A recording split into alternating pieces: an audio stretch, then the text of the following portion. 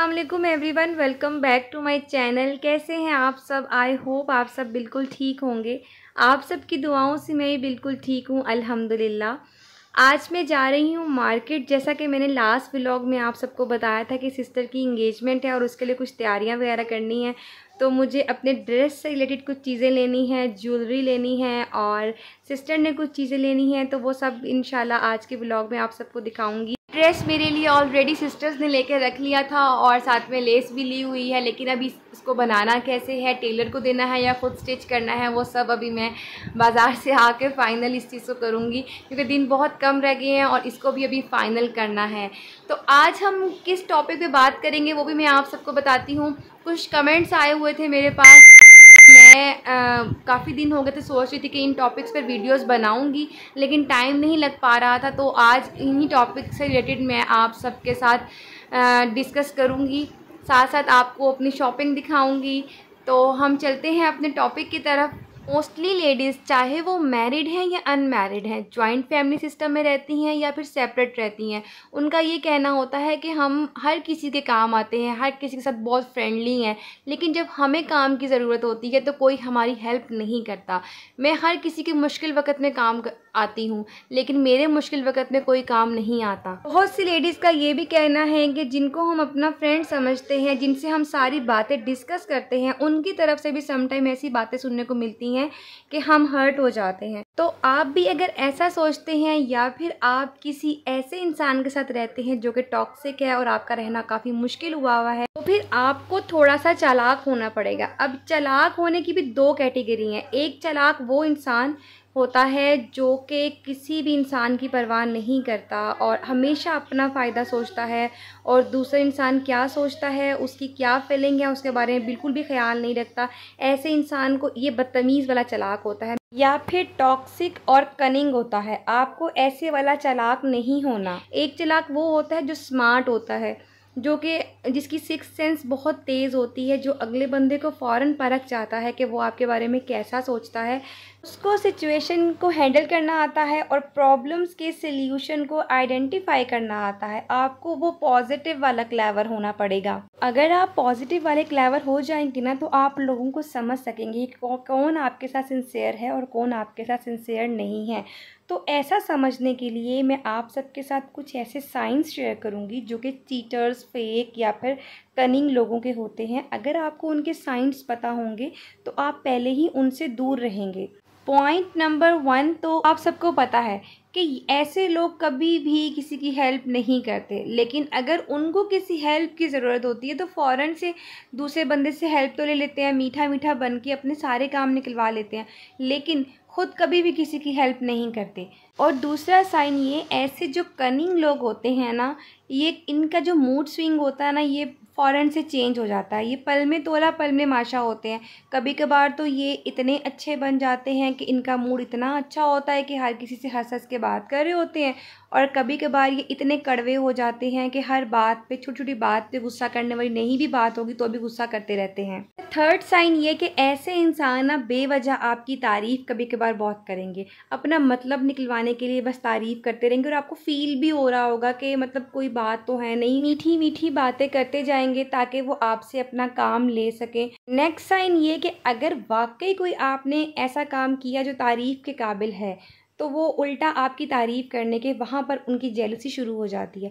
अब jealousy in this sense, अगर आपने कोई अच्छा काम किया, कोई आपको सक्सेस मिली है, तो वो आपको बजाय इसके कि वो आपकी तारीफ़ करें, तो ऐसे तंज़िया से लहजे बोलेंगे, ये कोई मुश्किल था, मैं भी कर लेता ऐसा काम, या मैं भी कर लेती ऐसा काम, तो बस मुझे तो बच्चों की वजह से टाइम नहीं लगता, बस ये वो, इस तरह की बातें करके ना, मतलब आपको फ़ील होगा कि ये इंसान आपसे जेलस हो रहा है या ये आपकी खुशी में खुश नहीं हो सकता। नेक्स्ट, ऐसे लोग जो है ना, वो कभी भी किसी के इमोशंस का ख्याल नहीं रखते।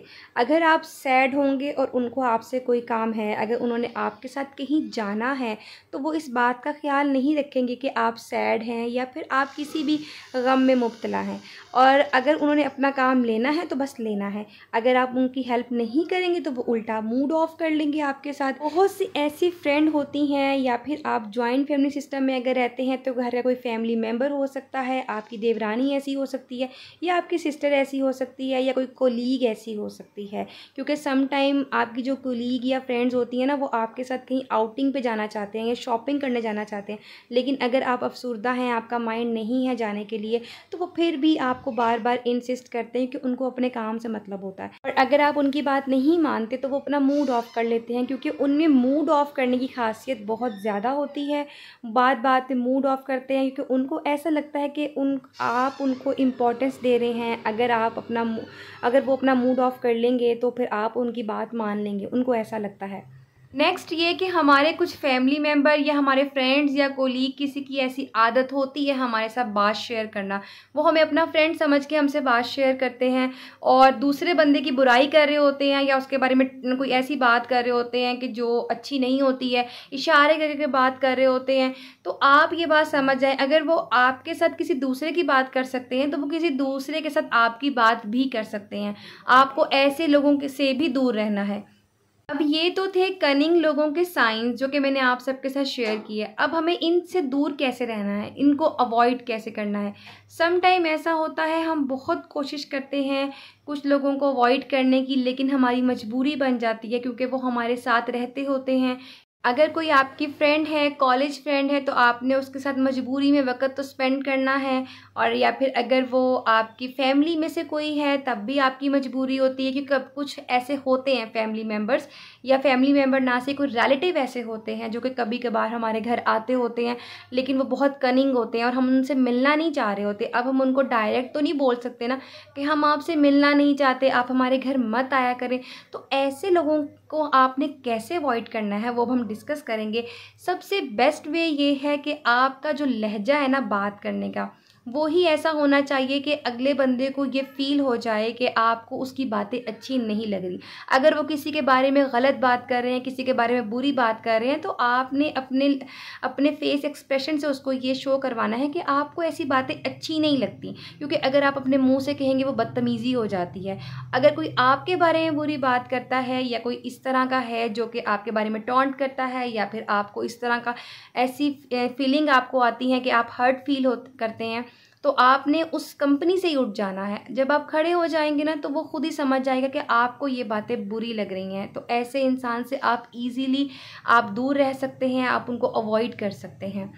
अगर आपको लग गया है पता कि कोई पर्सन आपकी हेल्प नहीं करता, स्पेशली जब आप जॉब कर रहे होते हैं या आप जॉइंट फैमिली सिस्टम में रहते हैं, अगर कोई इंसान आपसे हेल्प ले लेता है और आपकी कोई मदद नहीं करता, तो ये एक दफ़ा ही होना चाहिए। आपको एक ही दफ़ा चल जाना पता चाहिए। नेक्स्ट टाइम आपने उस इंसान का कोई भी काम नहीं करना, क्योंकि हम भी अक्सर ऐसा होता है सिंपैथी में आ जाते हैं और अगले बंदे की हेल्प करना शुरू हो जाते हैं, अगले बंदे को और ज़्यादा ढील दे देते हैं। तो अगर आप भी नहीं करेंगे तो वो समझ जाएगा कि हाँ मेरी अपनी मिस्टेक है। तो ये छोटी छोटी सी बातें जिसका हमें भी ख्याल रखना है।